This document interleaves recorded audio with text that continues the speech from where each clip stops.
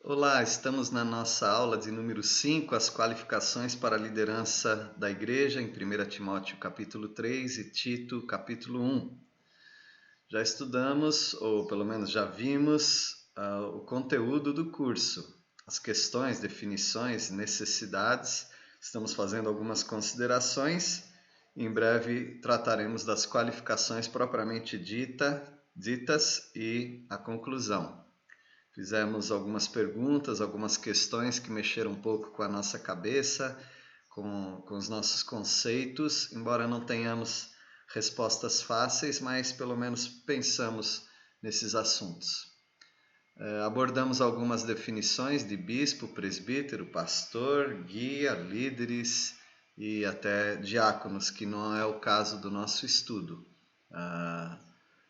E vimos a necessidade ou as necessidades reais de ter uma liderança na igreja para nos ensinar, direcionar, nos julgar, servir-nos como exemplo, cuidar de nós, repreender-nos e consolar-nos. Numa liderança ou numa igreja precisa ter uma pluralidade de liderança, pelo menos 2 líderes. Deus é quem escolhe, a igreja apenas reconhece, a igreja não fabrica líderes, mas a igreja reconhece, apoia, incentiva aqueles que são os líderes em potencial. São pessoas notáveis, pessoas exemplares e são pessoas que são reconhecidas formalmente na igreja. E a igreja sabe quais são os seus líderes e sabe também que tem responsabilidades de obediência e respeito para com esses líderes, como os líderes também sabem que têm responsabilidades para com o povo de Deus, os membros da igreja. Continuamos com as considerações a respeito de liderança na igreja. Um líder precisa desejar ser líder. A palavra de Deus diz em 1 Timóteo capítulo 3, versículo 1, se alguém aspira ao episcopato, excelente obra almeja, ou deseja, aspira. Não adianta colocar na liderança uma pessoa que não quer ser líder. Agora, nós precisamos fazer uma separação. O verdadeiro líder, o líder genuíno, ele tem não uma falsa modéstia, ele não é arrogante com uma capa de humildade. Ele realmente se sente incapaz para a obra. Nós encontramos isso em todas as lideranças que Deus levantou no decorrer da história. Na palavra de Deus nós temos muitos líderes, tais como Gideão, Jeremias, Ezequiel e todos os demais líderes, todos eles se viam incapazes de realizar a obra. O próprio apóstolo Paulo disse que ele era indigno. Deus o considerou fiel para o ministério, mas ele sabia perfeitamente que ele era um antigo perseguidor da igreja, um abortivo, nascido fora de tempo, que ele não merecia o título que ele carregava, ele nem merecia estar no ministério. Portanto, desejar é diferente de presumir. Ninguém deve presumir que é o líder, que é capaz de realizar aquela obra. Os melhores líderes que eu conheço são pessoas humildes, são pessoas que realmente reconhecem que estão no ministério pela graça de Deus, não pelas suas próprias capacidades. No entanto, tornam-se pessoas capazes, ou são pessoas capazes, e por isso mesmo são reconhecidas como líderes, mas isso não quer dizer que elas chamam para si a atenção no sentido de dizer eu posso, eu consigo, eu sou capaz de fazer isso. Dito isso, também nós precisamos reconhecer que um líder precisa desejar ser líder. Eu preciso desejar fazer a obra de Deus como um servo, servindo ao povo de Deus. Quando nós falamos de líder, ser um comandante, um chefe, alguém que lidera um grupo, imediatamente vem a associação a ideia de que ele é o mandão, ele é aquele que fala e as pessoas obedecem. Mas não, ele é um servo, ele é aquele que vai servir as pessoas liderando. Para alguns talvez seja surpresa, principalmente as pessoas com uma mentalidade mundana, não são todas as pessoas que querem liderar. Não são todas as pessoas que, mesmo sendo líderes, querem assumir a responsabilidade de orientar, dirigir e até ordenar algumas coisas para as pessoas. No entanto, ele gosta de fazer aquilo dada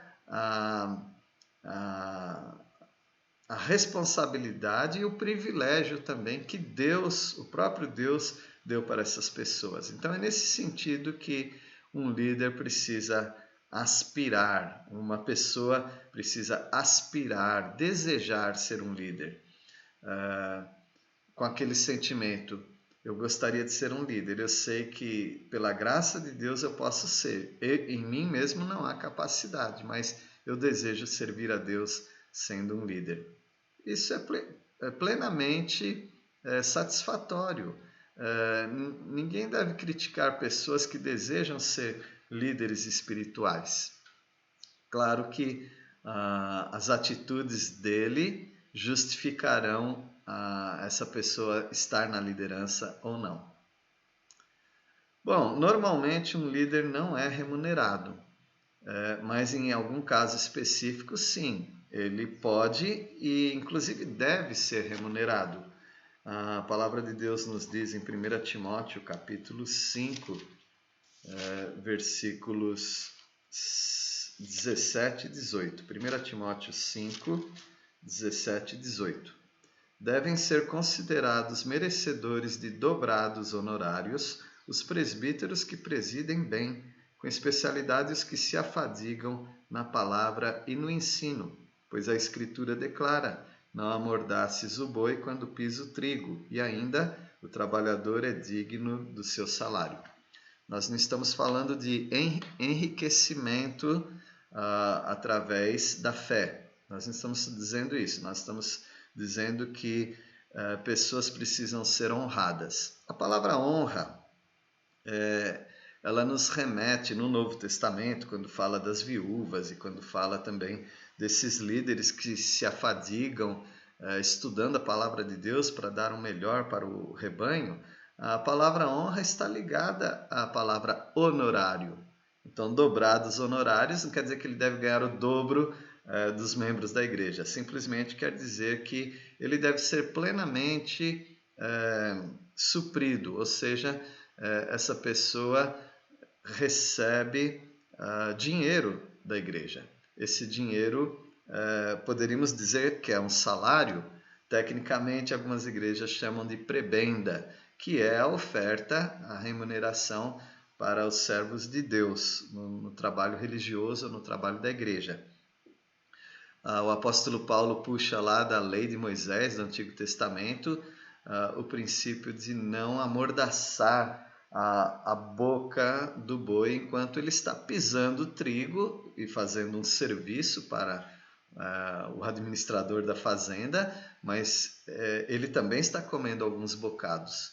E assim também aquele que prega o evangelho, que estuda a palavra de Deus, prega a palavra de Deus, deve receber do povo de Deus a recompensa para o seu trabalho e por ele se afadigar, ele se dedicar para isso, a igreja vai fazer isso com prazer. Como diz também em Gálatas capítulo 6, aqueles que recebem das bênçãos espirituais do ensino, eles se façam participantes das coisas materiais, das coisas boas, ou seja, do sustento para o líder. Então não é humilhante um líder receber da igreja, esse líder, esse presbítero, esse pastor que ensina a palavra de Deus e vive da palavra de Deus, não é humilhante ele receber e também não é opressor para a igreja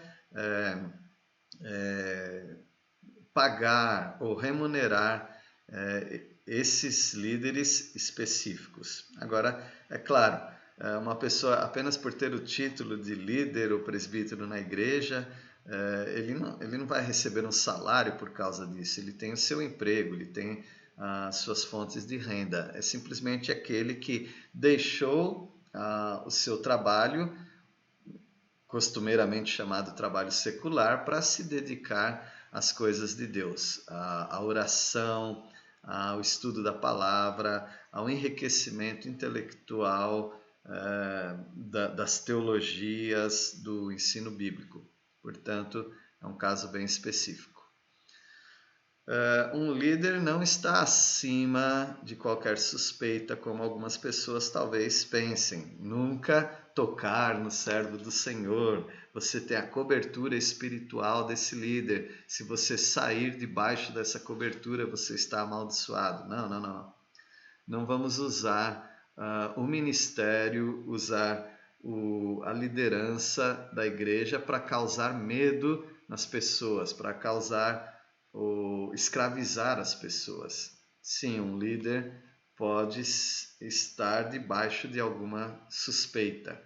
Ele não supera moralmente todas as pessoas e ninguém vai questioná-lo. Às vezes, ele está fazendo certas coisas que traz alguma dúvida para o povo de Deus e precisa ser avaliado com muito cuidado, como diz 1 Timóteo 5, versículos 19 e 20. Não aceites denúncia contra presbítero, senão exclusivamente sob o depoimento de 2 ou 3 testemunhas. Quanto aos que vivem no pecado, repreende-os na presença de todos, para que também os demais temam. A Bíblia não está simplesmente dizendo que você não pode denunciar um líder da igreja. Ela está dizendo que você não pode denunciar sem provas, sem testemunhas. E claro que se tudo for averiguado e pessoas da liderança estiverem em pecado, elas devem ser repreendidas, assim como elas foram reconhecidas publicamente, elas são exoneradas publicamente, elas saem do ministério da liderança publicamente, todos são avisados. E aí todos vão temer, porque eles vão pensar, bom, se aconteceu isso com um líder, imagina o que pode acontecer comigo. E esse temor é bom, porque todos nós precisamos andar debaixo dos princípios da palavra de Deus. Que Deus os abençoe, espero que tenham aprendido um pouco mais a respeito dessas considerações sobre liderança. Até a nossa próxima aula. Deus os abençoe.